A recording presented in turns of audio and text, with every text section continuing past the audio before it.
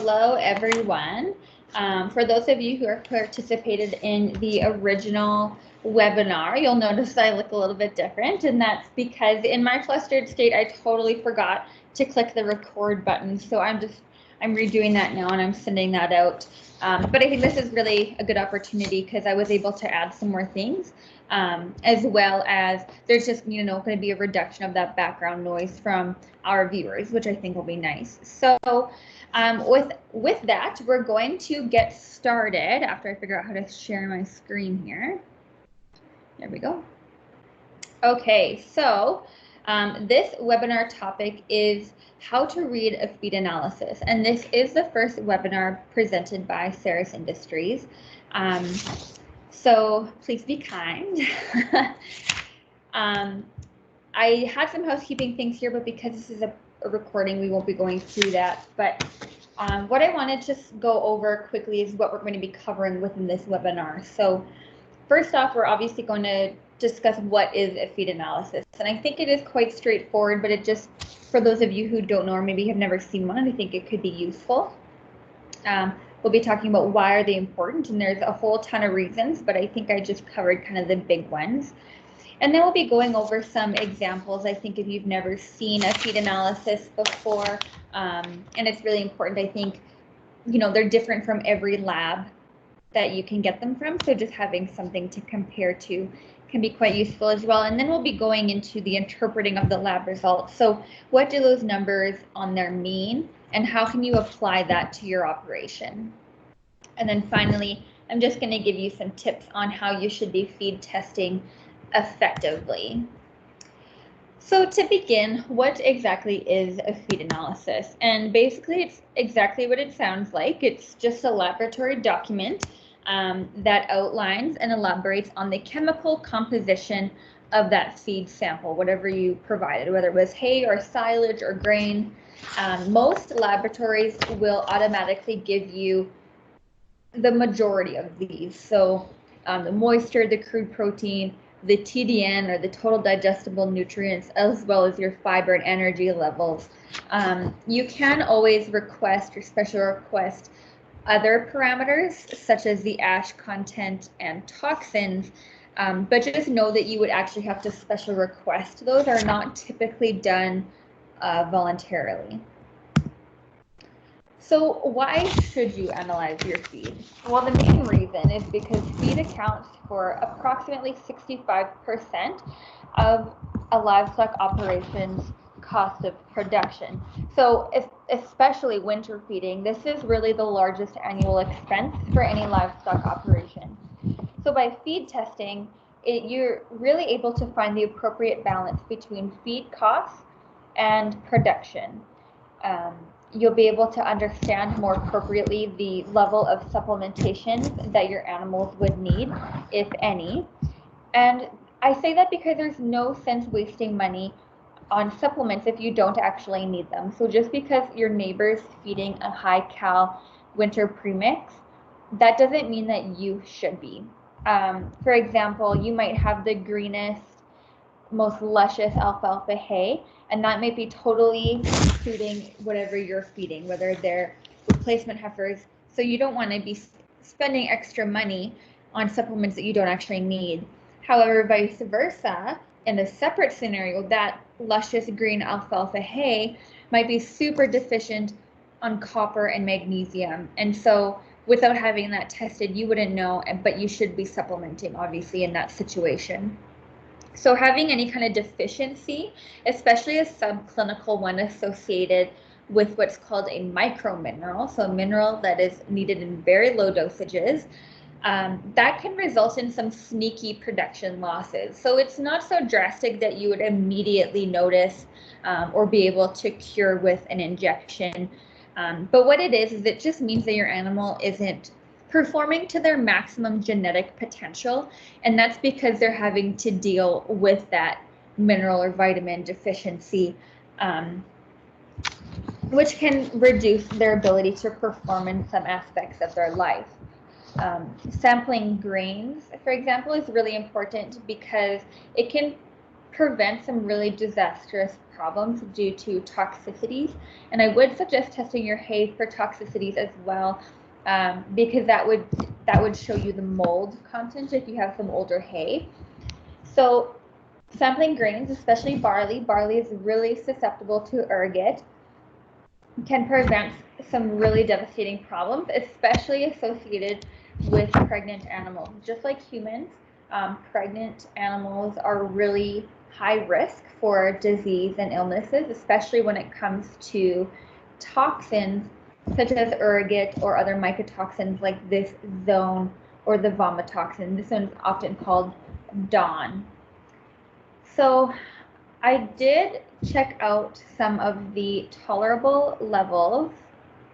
I'm just going to share my screen, but a different screen. Sorry about that. So this is the website from the CFIA, and it just has kind of an example of the tolerable levels of some of the mycotoxins for specific species. So this one down here is the one that I'd like to show you. So ergot, for example, this is an alkaloid, and the maximum level that animals, the cattle, sheep, and horses should have is 2 to 3 parts per million or milligrams per kilogram. When we're talking about the then, sometimes this is referred to as zone.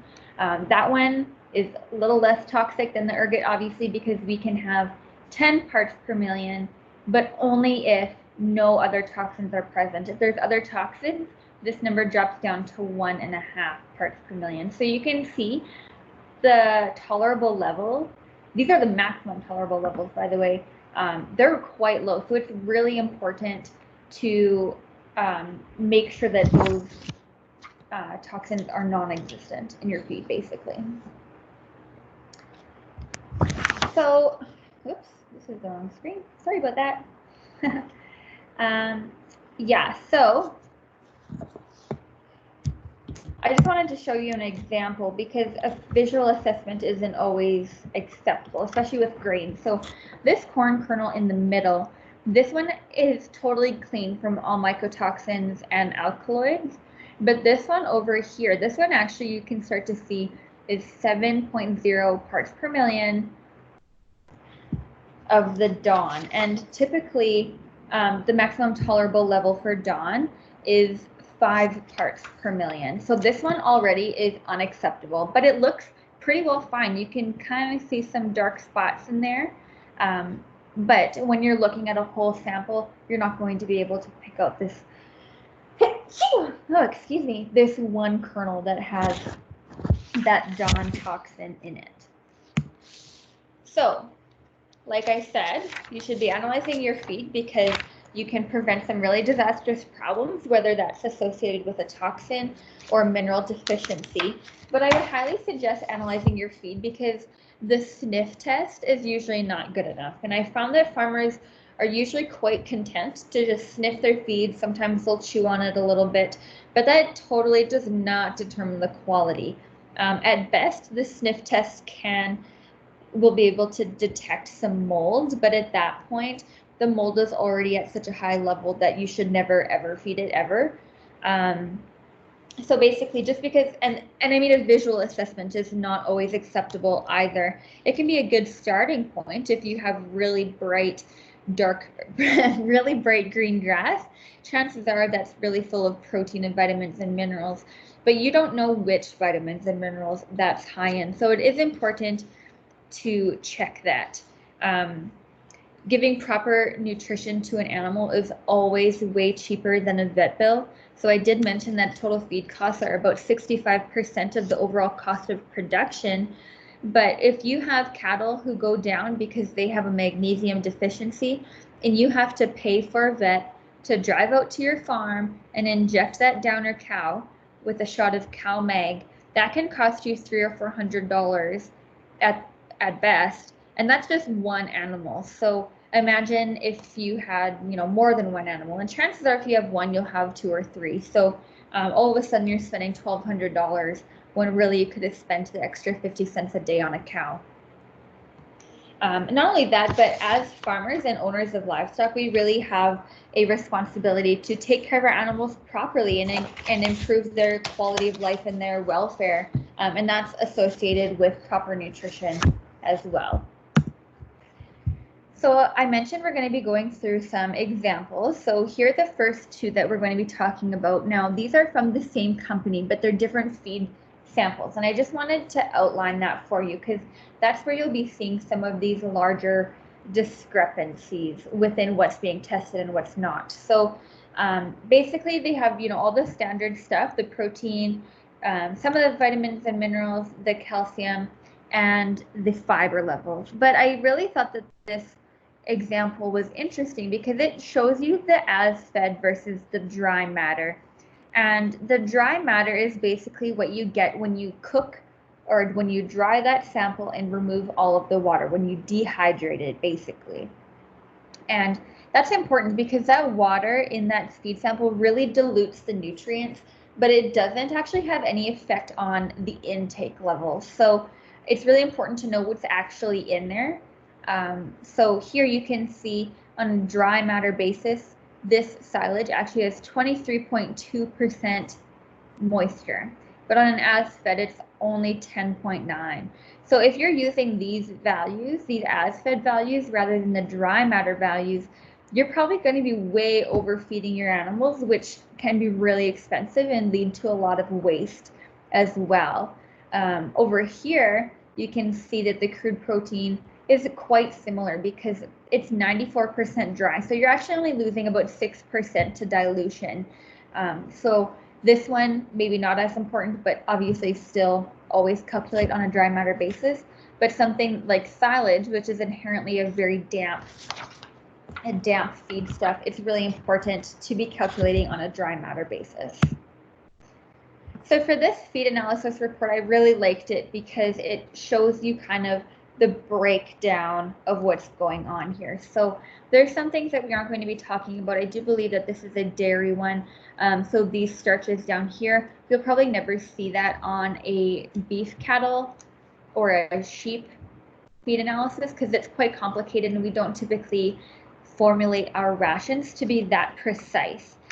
Dairy cattle obviously are a lot more intensive because of their high demand on their production system. But I just wanted to show you kind of what goes into a feed analysis with these two and how different they are. And this is the final one. I forgot to copy the laboratory name here, but this is a haylage. So you can see it's quite damp here as well. It's only 33%, about 34% dry matter actually. But I just thought it was another really good example of the differences between as-fed and dry matter. So this acid detergent fiber, we'll talk about that a little bit later, is almost 3 times as much on a dry matter basis. And given that acid detergent fiber isn't necessarily a good thing, that's really important to note. So now that we have kind of looked at some examples and what you can expect when you get your feed analysis back, whether it's your first one or you've been doing it for a while, we're just going to talk about how to read that feed analysis. So as I mentioned, most labs will provide the basics. So that's the moisture content, protein, energy, the fiber, and usually they'll do the vitamins and minerals, but sometimes you do have to ask for them, or at the very least ask for a specific mineral such as selenium to be done. They're usually quite good about doing the macro minerals, which are calcium, phosphorus, magnesium, and potassium on their own. You can always get other results specialized to suit your needs. So you might want pH for silage, might want nitrates for silage. You should always be testing your water for nitrates, especially if you have a dugout. And any toxins, like I mentioned, those mycotoxins and that ergot, the relative feed value, that one is not something that you would ever formulate on, and it's quite popular in course analysis. And you can always ask for a whole bunch of others as well. And you'll ask for these based on the species you're feeding, as well as the type of feed that you're bringing in as well. They'll all be different. So we're going to start off with protein. I'm starting off with protein because it is one of the more important ones. It's incredibly expensive to feed if you are deficient in it. Protein supplements are very expensive. So I already talked a little bit about the dry matter was, but I did just want to include that here. Has nothing to do with protein specifically, but it's just kind of where I stuck it. And like I said, it's always a percentage value. So the crude protein, this is an estimate of what's actually protein within the feed sample. So they calculate that based on the nitrogen content of the sample, and then they take that and multiply it by 6.25%. And the reason they do that is because the nitrogen content within that amino acid, so protein is a compilation of a bunch of amino acids. It's not like copper where it's always the same thing. So obviously keratin and collagen, both proteins, but they have very different compositions. And so that's why certain feedstuffs are very different in their protein levels. So anyways, they take the urea or the amino group on that amino acid, the NH3, that's this right here, and they multiply it by 6.25% in order to get the crude protein value. And that's because the nitrogen component of protein is usually about 16%. So that's just kind of how they estimate that. And the reason it's an issue is because it is an estimate. So that crude protein percentage could include both what's called true protein, so actual proteins such as collagen and keratin, but it could also include non-protein nitrogen. And that's nitrogen that would be bound up in urea. So urea is almost all nitrogen, but it's not considered a protein, or if you have nitrates coming through in your feed, and that is not a good thing, but those would be counting towards your crude protein levels. So if it's possible for your lab, I would request getting the rumen degradable and rumen undegradable proteins. Obviously, that only applies to ruminants. So horse people would have to go off of that crude protein percentage rather. Excuse me. The rumen degradable protein, that just refers to what it sounds like, any protein that is degraded or used up in the rumen. And that's used up by these little microbes here. Now, the rumen undegradable protein is often referred to as bypass protein, and that's the protein that skips over the rumen and is digested and absorbed in the small intestine. Now, don't think that if you have a high level of rumen degradable protein that you're wasting it. So, for example, urea is 100% RDP. All of it is used by those microbes. So to spend the money on inserting urea into your feed stuff, if you have a TMR or whatever, is not a bad thing, because that will allow for a higher percentage of the bypass protein to reach the small intestines for the actual animal to use. Keeping these microbes happy and healthy is really important. They are kind of, the digestive system within the cow. But not only that, but feeding them this urea, once the microbes die, which they will, they're bacteria, they live very short, those will be passed on through the intestinal tract and absorbed as protein.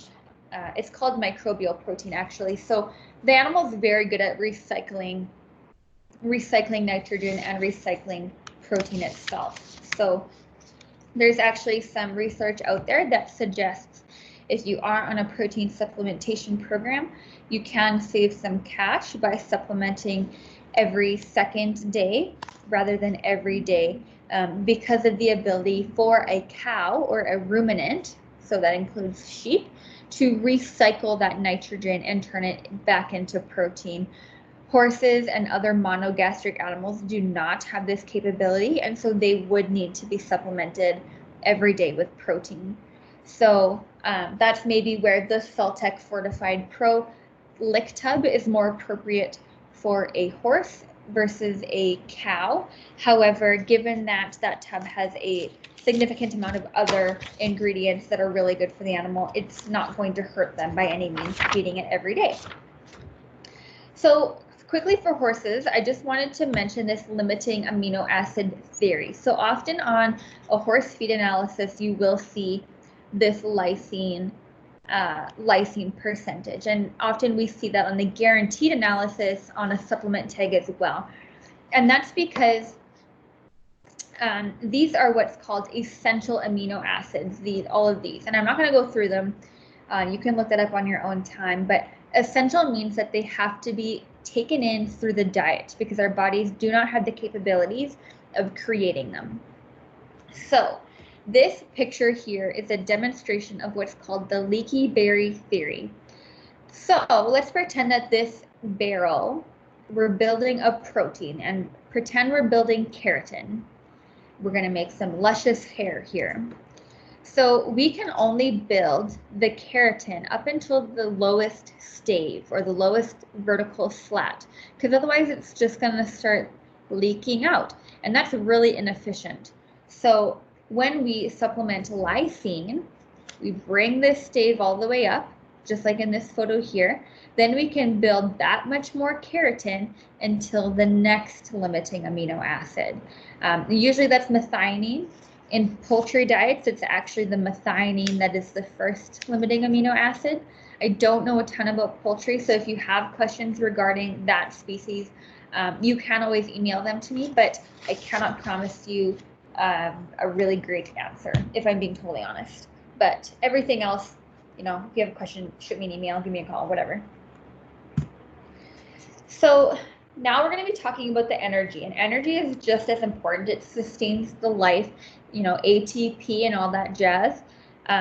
So the TDN, or the total digestible nutrients, is always expressed in a percentage form, and this is the sum of the digestible fiber, the protein, the lipids, and all of the carbohydrate components within a feedstuff. So basically, if you take all of your macronutrients and combine them, that's what this number is.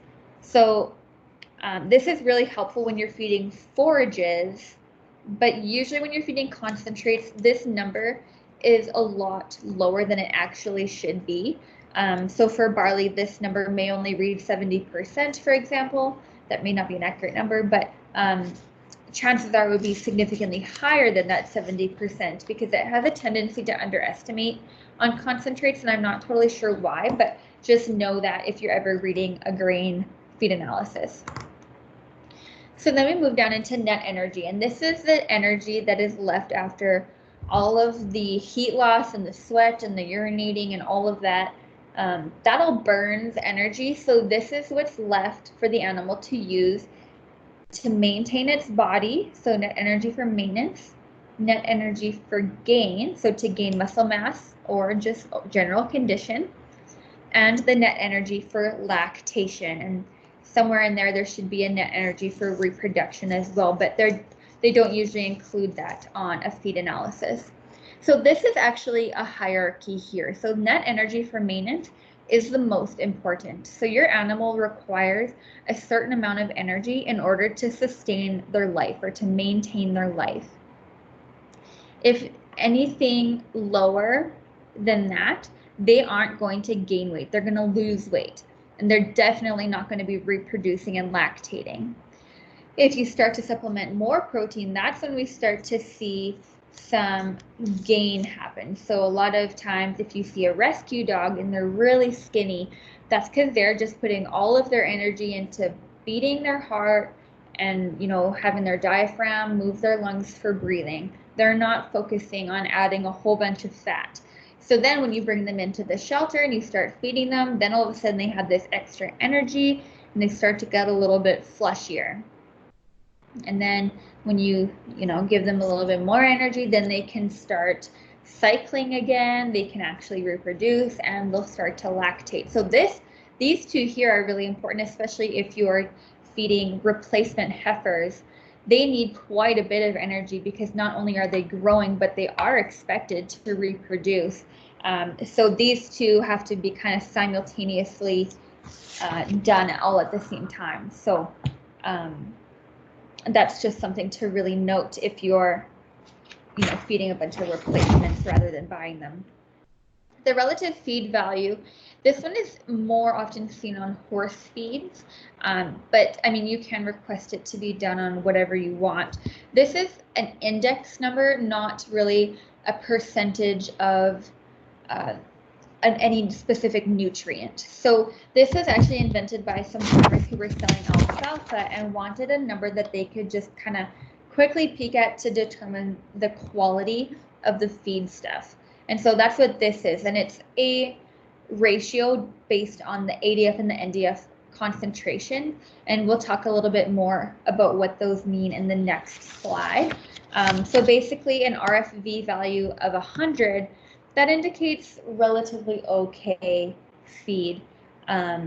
Likely with that, you're going to need some supplementation. But if you have an RFV of 150, that is outstanding hay. And that's usually associated with some like first cut, early bloom alfalfa hay. So that's just kind of a starting point, but do not only rely on the relative feed value.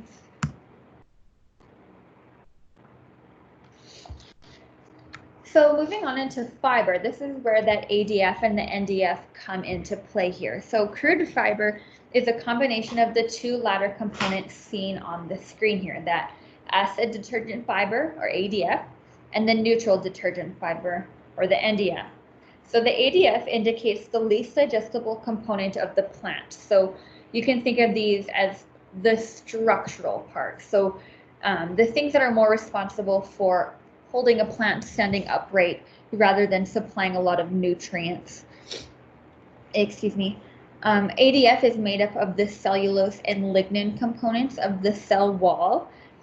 These specific carbohydrates, the cellulose and lignin, these are not able to be digested by any kind of animal, or mammal, I should say, sorry.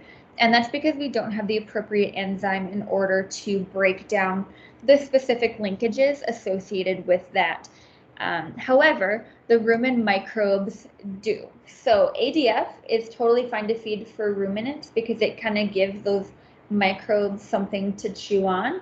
If you're feeding high ADF feed to a horse, that's basically like us eating celery. We're burning calories eating it, but we're not actually getting a lot out of it. So, I mean, maybe if you have a really fat pony, that's something that you could consider, but don't expect your horse to be getting a ton of value from a high ADF feed. The NDF, on the other hand, refers to the neutral detergent fiber, and this is cellulose and lignin, and this hemicellulose down here. So it's all three components combined, and this basically refers to the bulk of a feed. So the bulkier a feed, obviously, the higher NDF, which also means the lower the intake would be, because that animal just physically can't eat enough or eat too much of it. So for example, straw, which would have a high ADF and NDF value because it's not super digestible, which means that it would have a rumen time of, that's significantly long. It takes a long time to digest straw.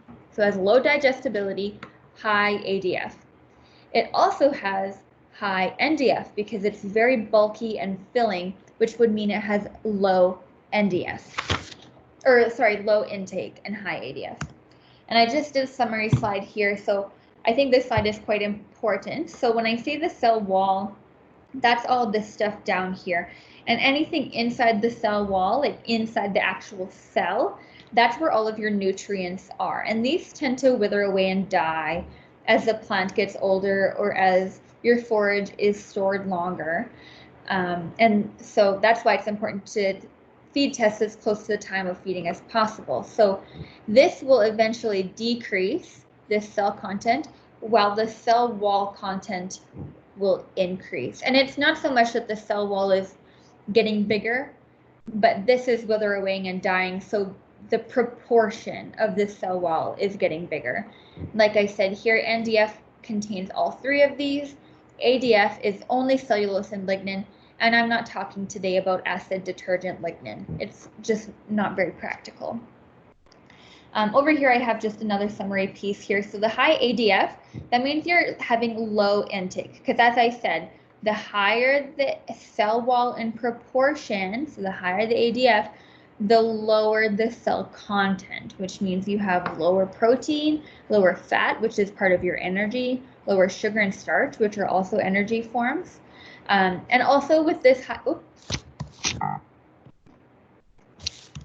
with this high NDF levels, that's when you start to see lower feed intakes, because that animal just simply cannot eat a whole bunch of it because they get really full. So here I just have an example of what I was kind of talking about with the proportions of ADF and NDF over the course of the growing season. And I think this is also a really good representation of when and why you should be harvesting your hay at early bloom or early head. So obviously in pre-bloom, that's kind of, you know, like your late May, early June, there's almost no ADF and NDF. So that's really young grass or really young alfalfa. Then we see the early bloom. I think a good rule of thumb is probably about 30% bloom. So that's when your ADF, NDF content is about 30%, 35%. And this is moderate. I wouldn't say that it's great. Obviously in a barley sample, this number would be way lower. But this is where that proportion piece comes in. So at this point, this early bloom point, your ADF and NDF levels are still at a moderate level, but all of your cell contents, your protein, your fat, your sugar, those are still really high. So from the early bloom point later, those contents are going to start decreasing exponentially. So if you're cutting your hay in mid to late August, you're almost full of ADF and NDF and you have nothing there for nutrients. So for vitamins and minerals, minerals, especially the macro minerals, are expressed as percentages. And your macro minerals include calcium, phosphorus, magnesium, and potassium. Micro minerals, on the other hand, are expressed as parts per million or milligrams per kilogram. And there's a common misconception with those units that they're different. But if you think about it, 1 milligram is actually 1/1,000,000th of a kilogram. So they do mean the same thing, but given that Canada works on a metric-based system, we typically see this milligrams per kilogram unit versus the parts per million. For vitamins, they're expressed as an international unit per kilogram. Sometimes they're expressed as micrograms, and I'll just explain why. In animal feed, complete feeds, I should say, because they're included at such high amounts, it is an international unit. However, on a feed analysis, you might see it as a microgram because the actual content is so low on that feed stuff.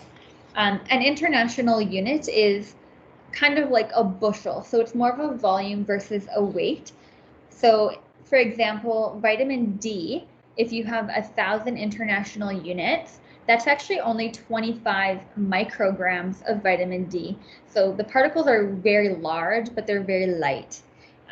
Vitamin A, on the other hand, if you're referring specifically to retinol, 1,000 international units of that vitamin A derivative, that one is actually 300 micrograms of retinol. So you can see there's a huge difference between the 25 and 300 micrograms of vitamin D versus retinol.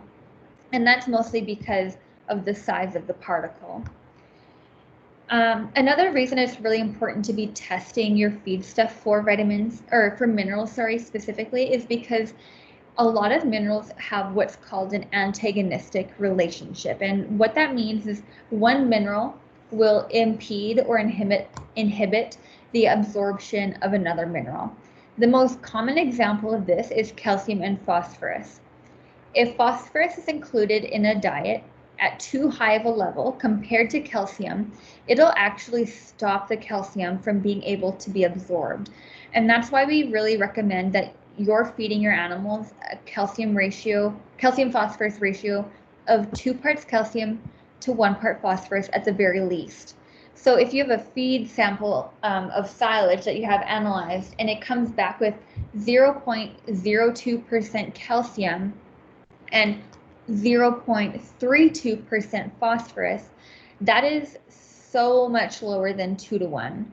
That's like a 1 to 50. I don't know, that was bad math. But anyways, so that would be a really good indication that you need to be bringing in a supplement that has high calcium in it. So for example, if this is your feed analysis and you're feeding that corn, you may want to bring in the Saltec Supremix Winter. That's a 2-to-1 premix supplement. And because it's a 2-to-1, it'll have 2 parts calcium, 1 part phosphorus. So you can really top up your calcium levels that way. Another reason that it's important to be supplementing is if you have animals that are really sensitive to certain minerals. And again, the most common example is probably copper in sheep.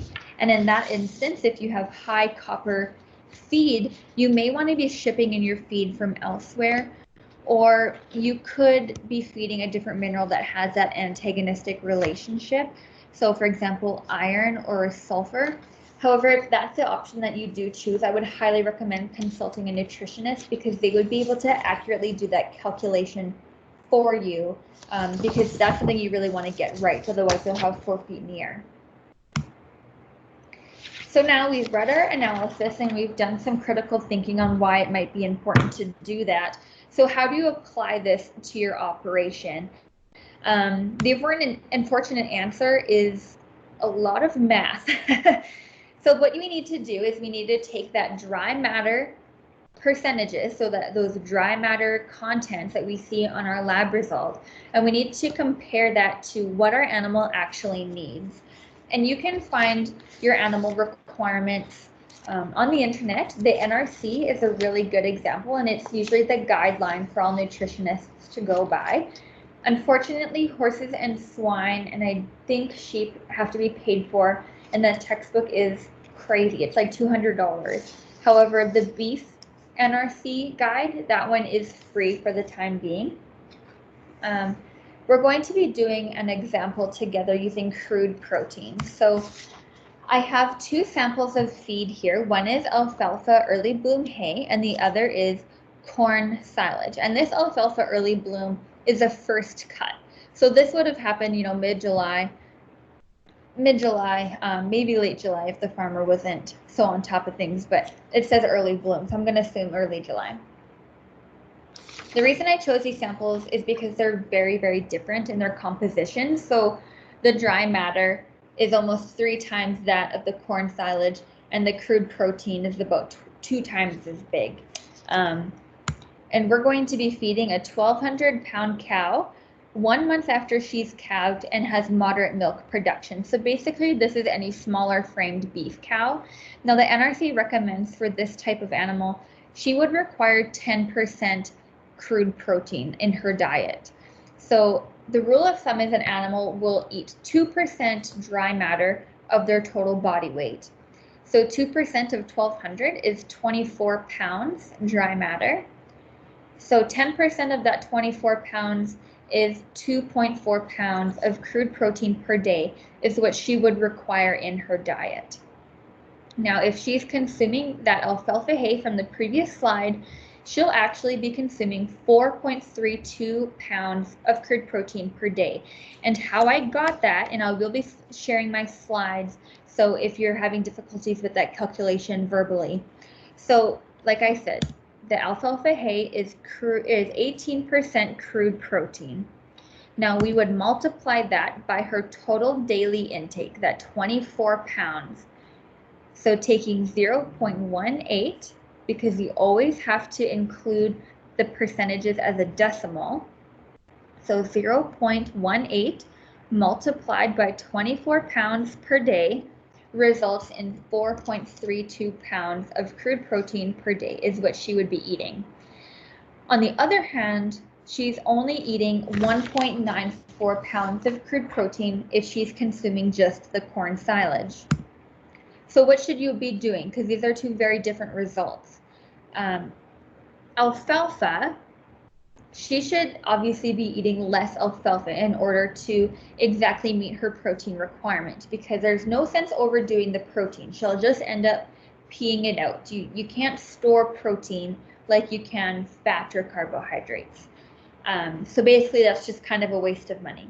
So let's pretend that a bale is worth about $130 per ton. Now, we would love to decrease the amount of that bale that she's eating to save some cash. So if we take this 2.4 pounds of crude protein per day which is her requirement, we would divide it by the alfalfa crude protein. So 2.4 divided by that 18% crude protein, and that's going to give us how much she would actually need to eat to get only this 2.4. And that results in 13.33% or 13.33 pounds of dry matter alfalfa a day. Taking into consideration it's 90% dry matter, then we would be feeding 14.81 pounds as fed. So just a little under 15 pounds a day of alfalfa is what she actually needs, and not that 24 pounds of dry matter a day. However,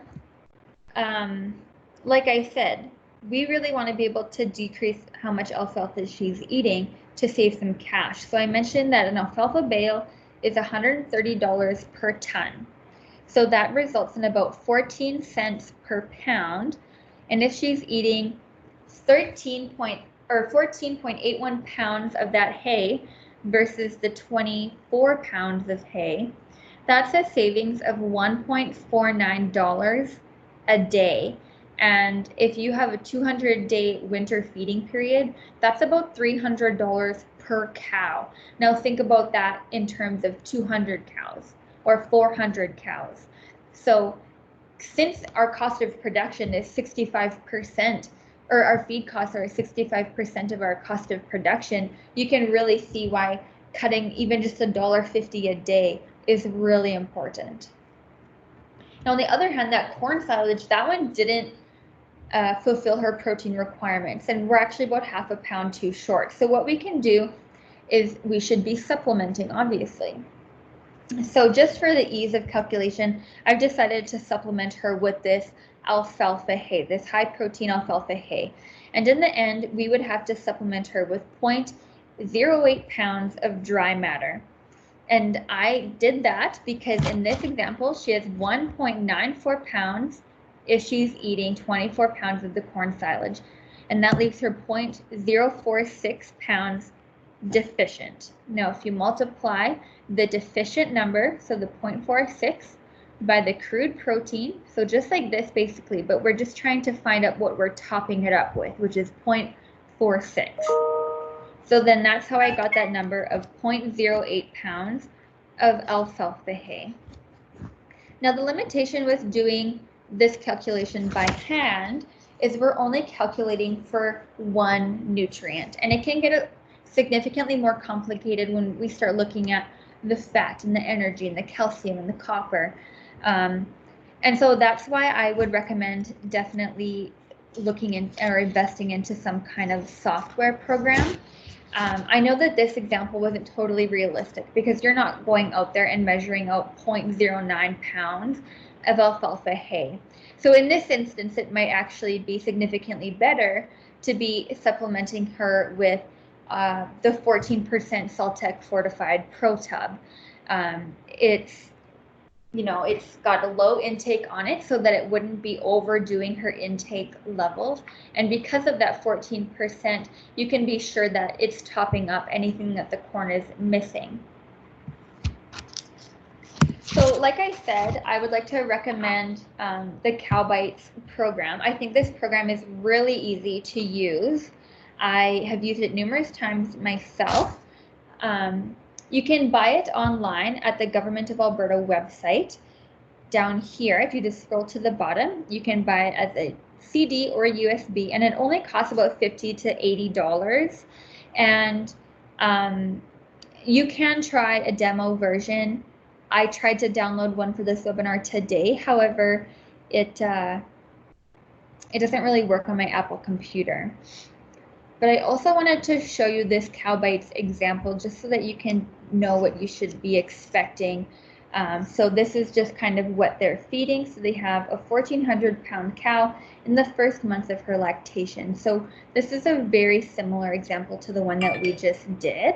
So when you start up Cow Bites, you can input your animal type here. So they have the lactating cow, 14 months, and she's in her first month of lactation. You can also input any environmental conditions that you know of, which is really important because their energy requirements will differ between the winter and the summer, as well as their stage of production. So then you get into the formulating side of things. So you input your ration by adding in these feed types, and you can do this custom, or they have a huge data bank of ingredients that are already in there, and then you can go in and customize each of these parameters. So you would add in the dry matter here, and it does calculate the dry matter here, and then it would do all the calculations for you in terms of the as fed basis.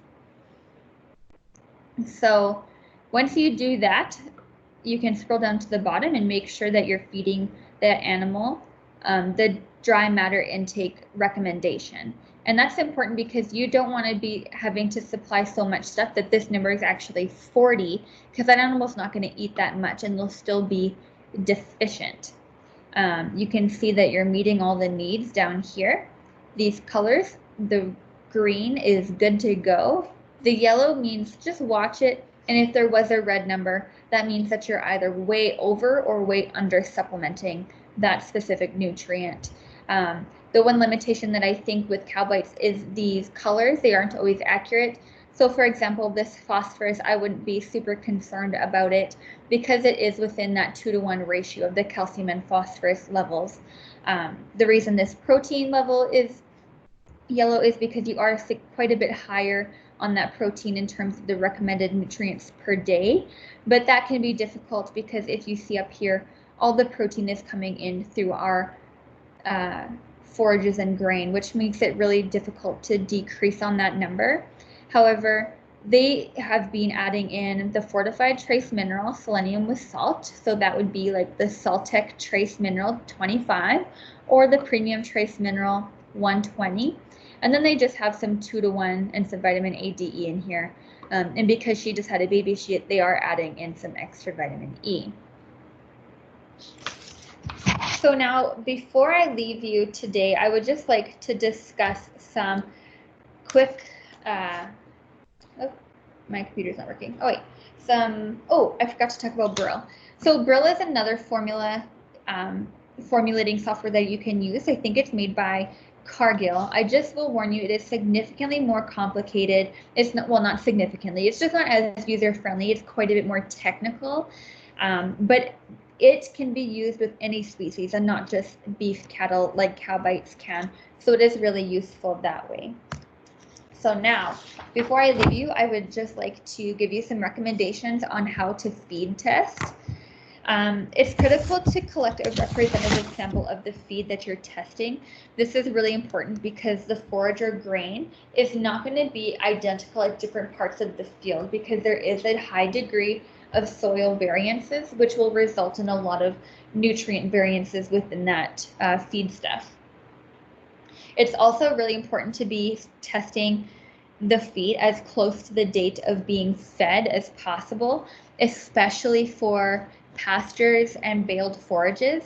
And that's because as storage prolongs or as the grass matures in the field, the proportion of the cell content versus the cell nutrient will decrease. So you'll get more and more cell content, but also in stored forages, or you'll get more and more cell wall, but also as storage time increases, those vitamins and minerals will be oxidized, which makes them unavailable for the animal to use.